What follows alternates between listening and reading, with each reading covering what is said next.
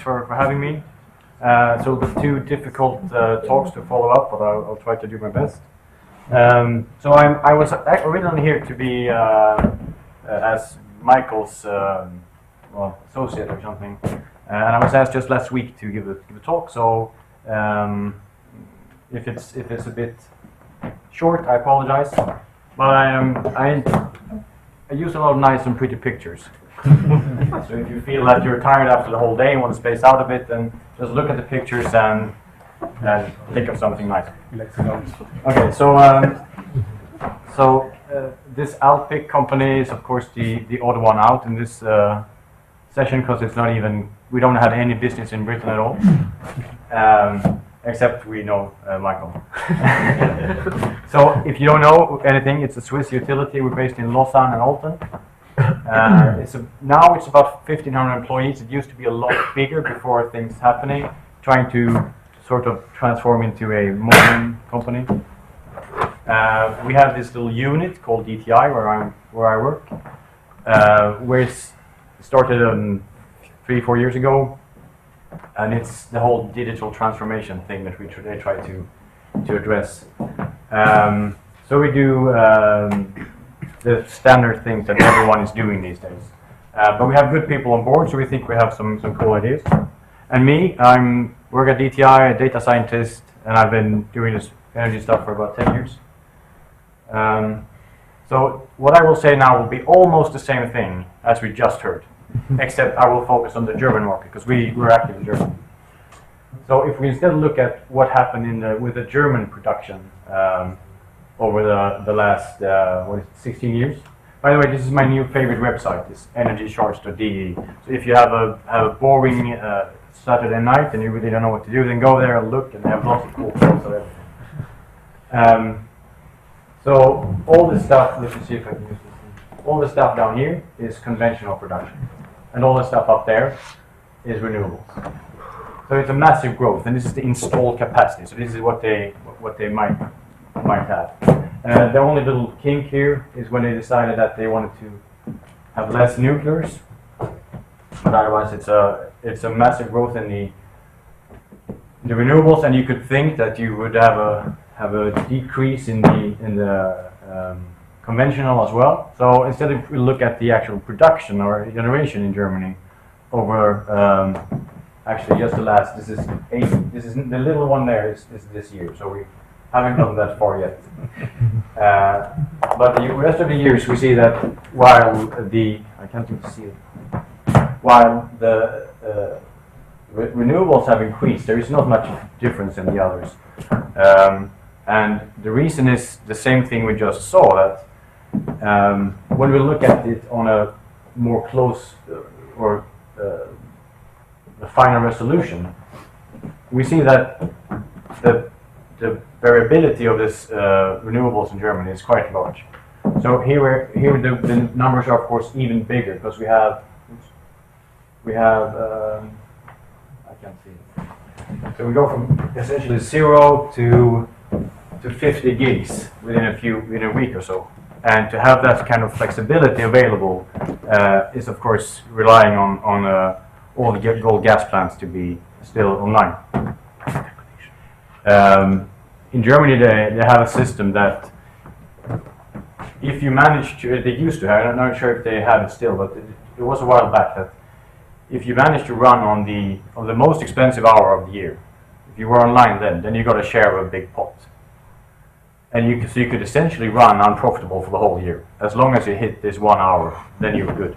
So it became a game of hitting the highest consumption hour of the year. That was to encourage owners of gas plants and other things to actually produce, to maintain that, or to ensure that they were still available. So if we do a similar calculation to what we just saw, in Germany 2018 they were producing about just north of 300 terawatt hours in total, and a third came from renewables. So in order to get to the 100% target, we would need to have 3 times as much as we currently do. And we saw here that we had a fluctuation about 50 50 gigawatts. And if we do the full thing, whole year, last year, it would actually 60 gigawatts needed that we could ramp up from basically in no time. And the storage requirements would of course be even worse than we have in Scotland. You would have 24 terawatt hours, which is completely insane. There's no way that could happen. So all the companies or the little operations like ours are trying to find all these hidden flexibility, all the hidden ways and not underutilized ways to find flexibility and perhaps do stuff that you could reduce the need for flexibility for long-term storage. So we look at the small scale stuff, not the really the big ones that we heard before on grid level, but rather the small players, and we try to make those marketable.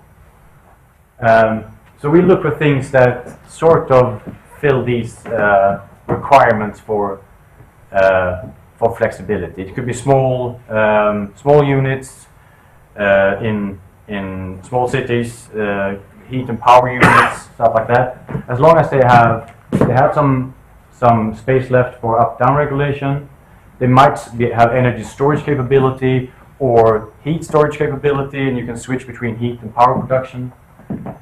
Decent ramping in terms of speed and duration. And then we have the standard ones that we know. And in Switzerland we have hydro for long-term storage for seasonal things, but that's more or less it. So to get to those 25 terawatt hours or long-term stuff, we have to come up with something. I don't have the answer.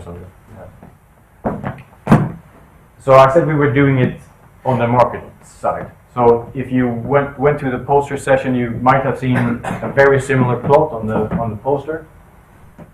So this is what we do in Germany. We have this guy up here.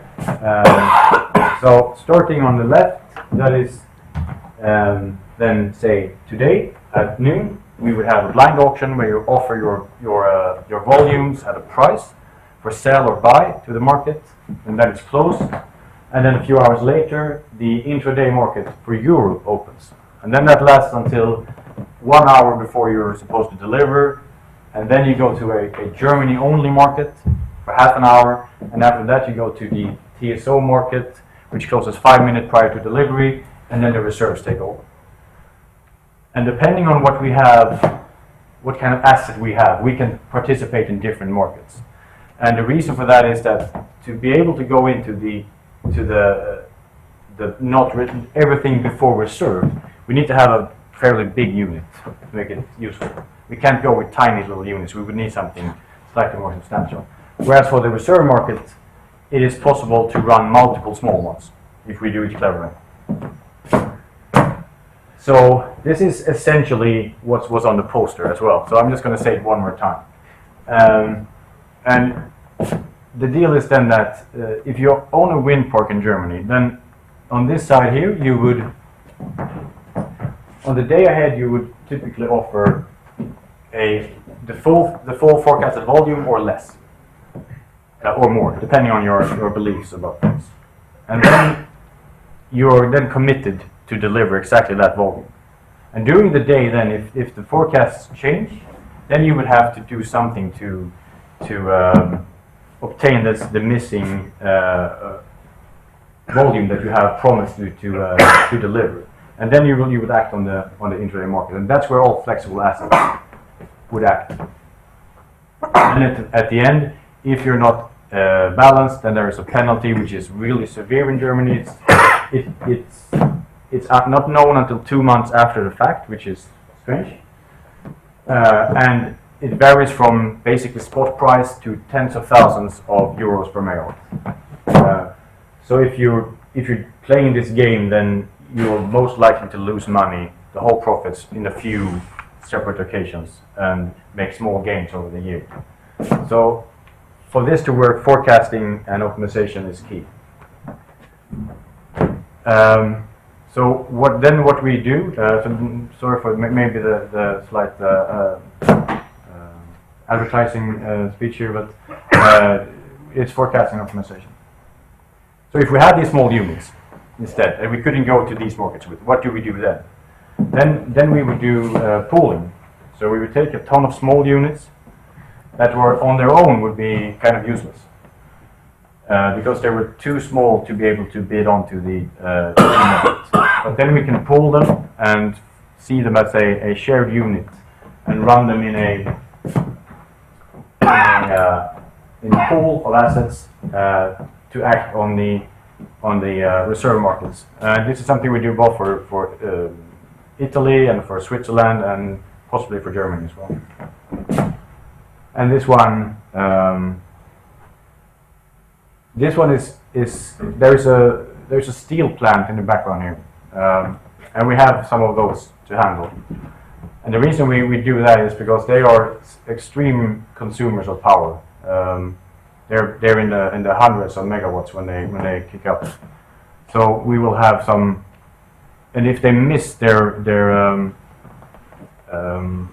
forecasted schedules that they have what do you say?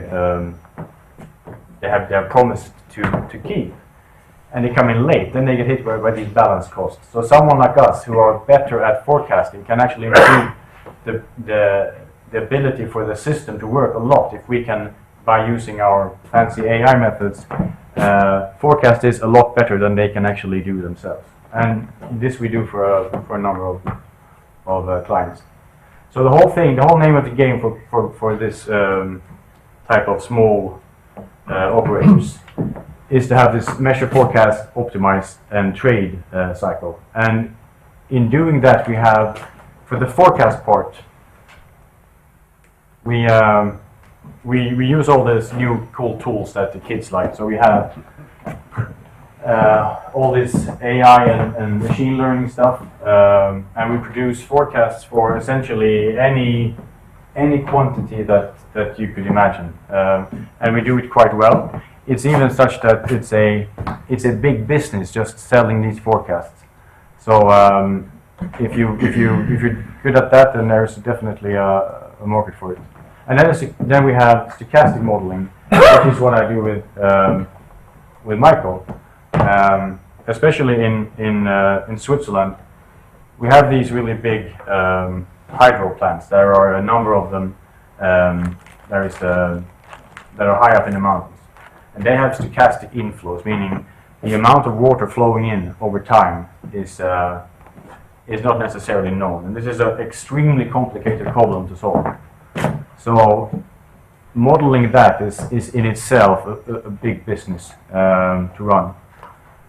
So for that purpose, the way to optimize these hydro plants is a lot different than what you would typically use. This is the only equation, by the way. We have a lot of these things that are state dependent, and you will probably all know this.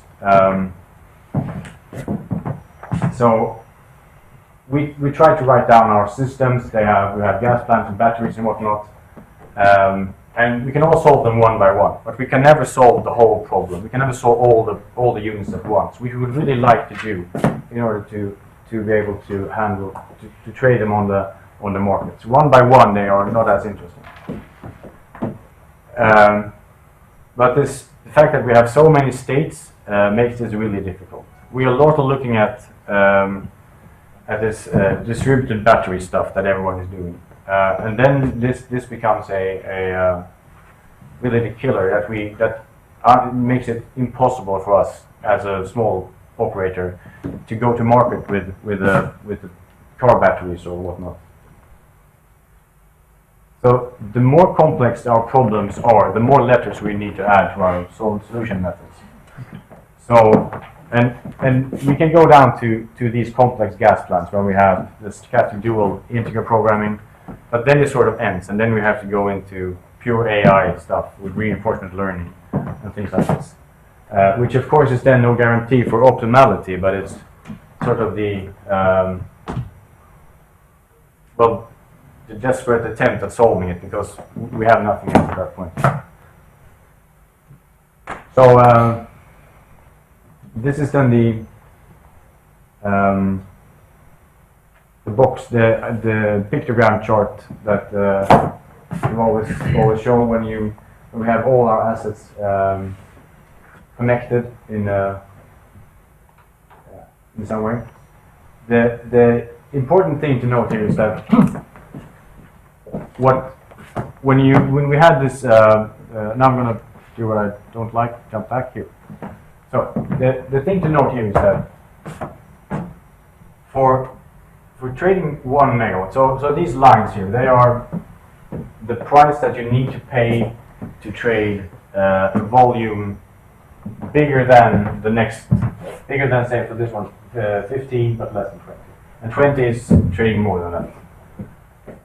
So it's really apparent that as you trade bigger volumes, the bid-ask spreads get bigger, and you get hit harder and harder by the lack of market depth in this case.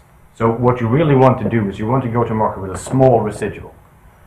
So if you have assets on the books, if you have batteries or gas plants or whatnot, it's a lot better to net out all your stuff locally first and then only go to the market with the residual. So this is what we try to do here. We try to aggregate all our units. It could be, so this is supposed to be batteries and gas plants and other things, and our renewables before we go to market, and to try and do that across the whole portfolio. That turns out to be a lot cheaper than to go one by one due to the bid-ask spreads. And then I have to have a mandatory commercial slide about what we do. But we have some open problems. And as I said, we have this aggregation of flexibility. And you can see this from two ways. So if you see the bottom up way, then it's this what we talked about with the reserve markets, having many small units that you know the target for each and every one. Then it's easy enough to control, and we can solve it.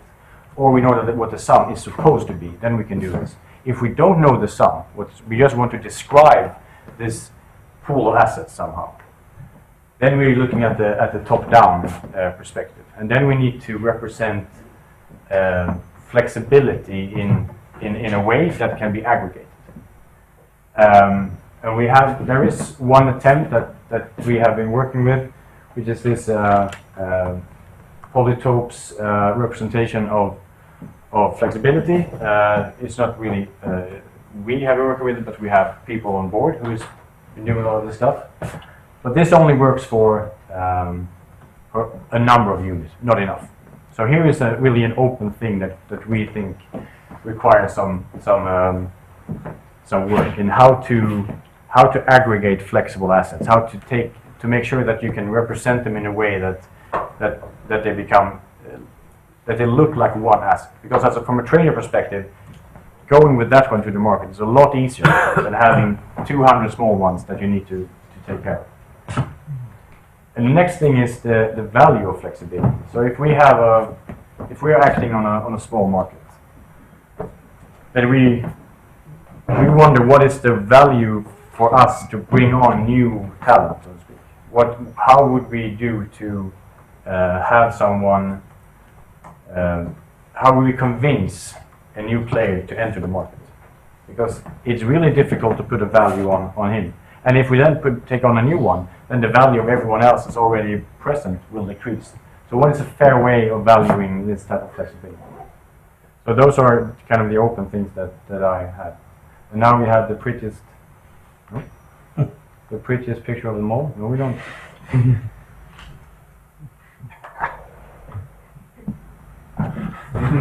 Maybe we go over here. There we go. So this is, by the way, this is one of the. This is Nantes. This is one of the big hydro plants that we have. So is that we're supposed to be looking at, not the mountains? You're supposed to be looking at the beautiful power plant. Yes. There's a good map in the background. Ignore that.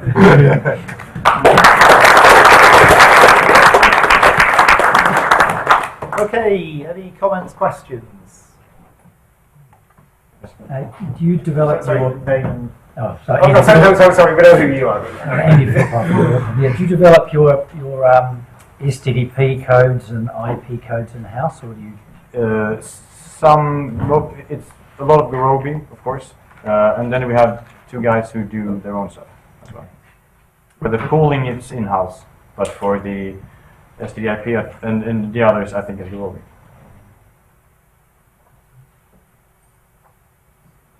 John Moriarty. I think you referred to it as adding new talent. So if you want to understand the value of adding a new flexible player, then you would need to know some characteristics of that player in order to make that assessment. Do you run up there against issues of commercial sensitivity and commercial value of knowing those characteristics and sharing them with you and potentially?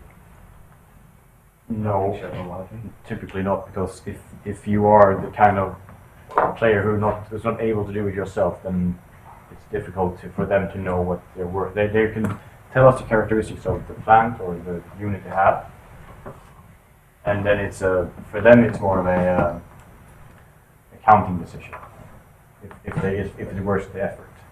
It's like I used to work at a different place before, and we were offering demand response things. And when they were trying to sell that to clients, it was less about the inherent property of the demand response thing, but more how much can I put on the books for the value of this thing. So it's a very different assessment from their side.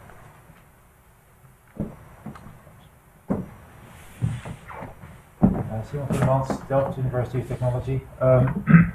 So you mentioned one of the open problems being the aggregation of flexibility. And you use this in this stochastic setting where you have unknown, also some forecasts, right? So typically these problems become really complex because you want to do them right? You want to take these Minkowski sums or something like that. But so a number of us are working on stochastic approaches to this control flexibility. So how bad would it be if somehow you're a little bit wrong in your forecast of your actual flexibility, because you're dealing with these forecasts and all these other sources of uncertainty anyway? And can that help? You mean how much the error of forecast matters against the representation of flexibility, or? So if your representation of flexibility is probabilistic in some form, is in the form of a probabilistic envelope, yeah.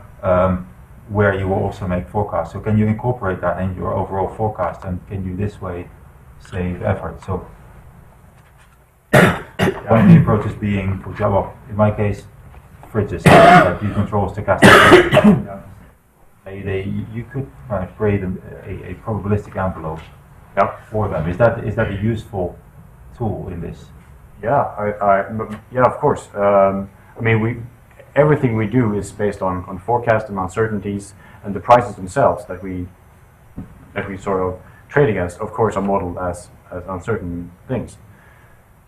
But for this particular problem, it's more that if we need to keep every asset on its own, every state on its own, and then the problem definitely becomes intractable.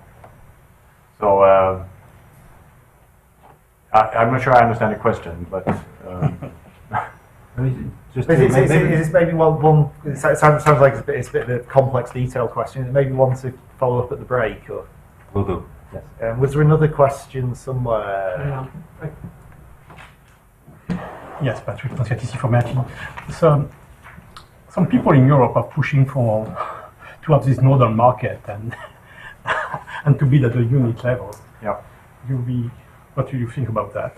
So I understand that you have a lot of fun to have this aggregation and it's part of. No, I think that's the way to go. I think that I'm not personally, but we've been discussing these ideas as well, and we have a lot of excited supporters for that idea, because it seems that these things are becoming very intractable. And the market as it is now is But the complexity will go somewhere. Yeah, but the market design as it is in Germany, I'm not sure it's the best one. It's really difficult to market things with just basically all our assets or all our things have a time the time dimension. And then bidding profiles, they have methods for that to bid a profile bid into Apex, for instance. But that's not really a solution. That's more of a band-aid to solve the underlying problem. But the market, how it works, isn't really. Do we have one more very quick one, or people? No, it looks like we're ready for coffee. So should we thank